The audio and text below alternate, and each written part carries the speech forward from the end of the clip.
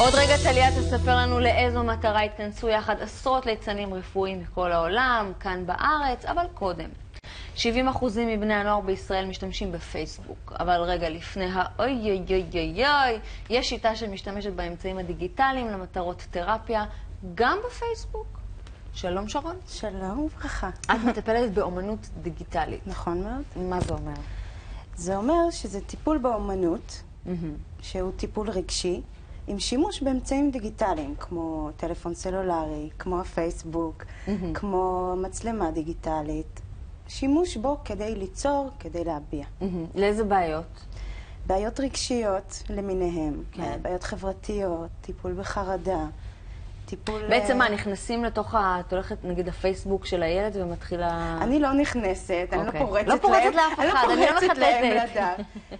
הכל התחיל מהזמנה של מטופל מסוים לדף הפייסבוק שלו, וחשבתי לעצמי, למה להתנגד? אולי אני פשוט אפגוש אותו בעולם שלו, ונראה מה הוא בעצם, למה הוא מזמין אותי. כמובן שביקרנו את משך הביקור בדף, את משך השירות, וגם זה היה מכוון למטרה מסוימת. כן. לא התחלנו לצ'טט עם חברים שלו. מה אפשר ללמוד על הילד מדף הפייסבוק שלו? קודם כל, שלל התמונות שמעלים לפייסבוק. מחלקים את זה גם לתיקיות. טיול שהייתי פה עם המשפחה, חברים הכי קרובים שלי.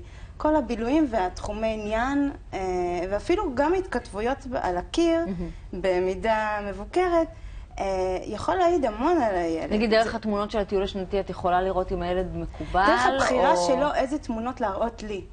לא, אני לא עכשיו אומרת לו, בוא תראה לי את כל התמונות שיש לך ונראה מה נעשה עם זה. תני לי דוגמה משהו שלמדת לאחרונה מאיזה מטופל.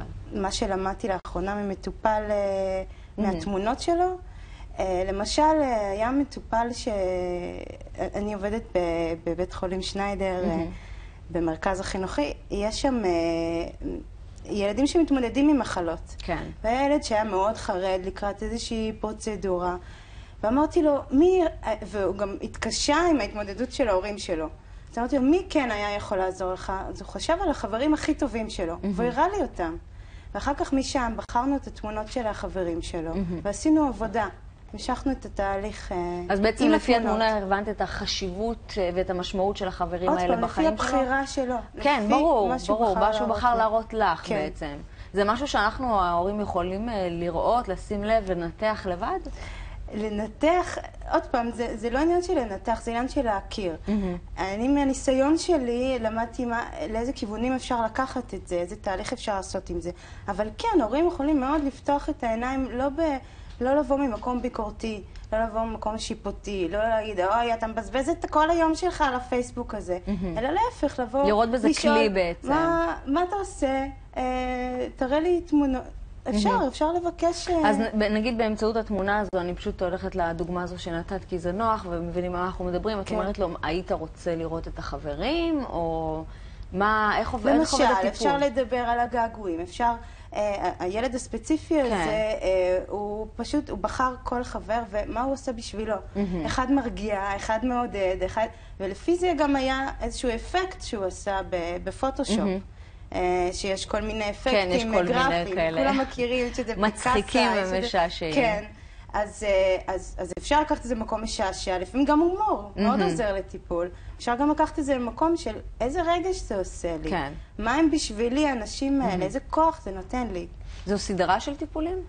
במקרה הזה זה טיפול קצר מועד, אבל אפשר לעשות את זה גם בטיפול ארוך מועד, שזה תהליך שאפשר או להמשיך לעבוד את העבודה, או כל פעם לבחור נושא אחר. איזה עוד אמצעים דיגיטליים את משתמשת חוץ מפייסבוק? למשל, יש לי דוגמה לגבי מצלמה דיגיטלית. הייתה מתבגרת שהיא סירבה לקבל כל עזרה, מהקרובים לה, ממטפלים אחרים, ממורים. היא סירבה ליצור איזשהו קשר עם מישהו מבוגר. ושמתי לב שהיא הרבה מסתובבת, הרבה מטיילת, ושומעת הרבה מוזיקה באוזניות, מסתגרת בעצמה. פשוט פגשתי אותה בעולם שלה. אני אמרתי לה, מה את שומעת? אני מכירה דווקא את זה, אני לא מכירה, בואי ספרי לי על המוזיקה שלך. לאט לאט זה היה הקשר הראשוני. אחר כך פשוט הזמנתי אותה, בגלל כל ההסתובבויות של הטיולים, הזמנתי אותה להשתמש במצלמה. והסתובבנו וצילמנו, והיא מאוד מאוד נפתחה. ודרך התמונות הבנת בעצם מה לא רק התמונות, כן כיף לה. עצם גם היציאה החוצה, להסתובב יחד ולצלם, לראות את הדברים דרך העיניים שלה. כן. זה כבר הטיפול. את יוצרת איתם גם קולאז'ים. קולאז'ים, כן. הרבה עבודה עם מתבגרים זה קולאז'ים. כן. כי גם הם מאוד חשופים. יש לנו כמה תמונות, הנה, דוגמה. כן. מה עשיתם כאן? את רואה את זה? כן. עכשיו אני רואה. זה מתבגרת שהגיעה לבית החולים, ומסיבה מסוימת לא דיברה כמעט, הייתה מאוד מופנמת, וכשיצאתי לעבוד עם תמונות... נראה לי שאני יכולה להבין את הסיבה. כן. לא קשה. היא לא דיברה, וזה גם לא, מה שרואים וכל כך ברור פה בתמונה, לא דובר במילים. בכלל, גם לא היה סיבת האשפוז שלה. אבל זה מדבר לנו, זה היא בנתה את התמונה הזו? היא בנתה את העבודה הזאת. אמרתי לה שאנחנו יכולים לחפש באינטרנט תמונות. נאסוף תמונות שהיא מתחברת אליהן, ונעשה מזה קולאז', הסברתי לה מה זה קולאז'. והיא מעצמה בחרה, וכל פעם היה לה עוד רעיון ועוד רעיון, ולאט לאט היא... זה אנורקסיה? בולימיה? כן, בדיוק. בסוף, המסקנה, ממה שהיא אמרה לי, זהירות אנורקסיה היא קראה לעבודה הזאת. הפנים מחייכות. פנים מחייכות. יש פה הרבה מאוד ניגודים, שזה מאוד מאפיין. כן, כי זה שלד עם פנים מחייכות. הסתירות פה כבר רואות את הזעקה לעזרה. עם האוכל הבריא, עם העוגות. בדיוק, יש פה יש פה כל כך הרבה, כל כך הרבה.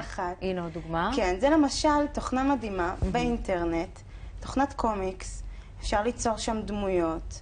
אפשר ליצור דיאלוגים, אפשר ליצור את הרקע, חפצים, כל דבר. זה הרבה יותר קל, הרי יש לי חבר כן, בדיוק, זה מה שהאומנות מאפשרת. עושים השלכה בעצם. מאפשרת השלכה, דימויים שהם סמל, וזה לא מאיים לדבר, אני ואני, זה מפחיד להיות כל כך חשוף. ככה מצליחים בעצם לדובב את הילדים. אז ילדים מאוד מצליחים דרך הדימויים, סמלים, לדבר על עצמם. תני לנו ככה איזה שורה תחתונה, איך אנחנו יכולים בקטנה להשתמש באומנות הדיגיטלית.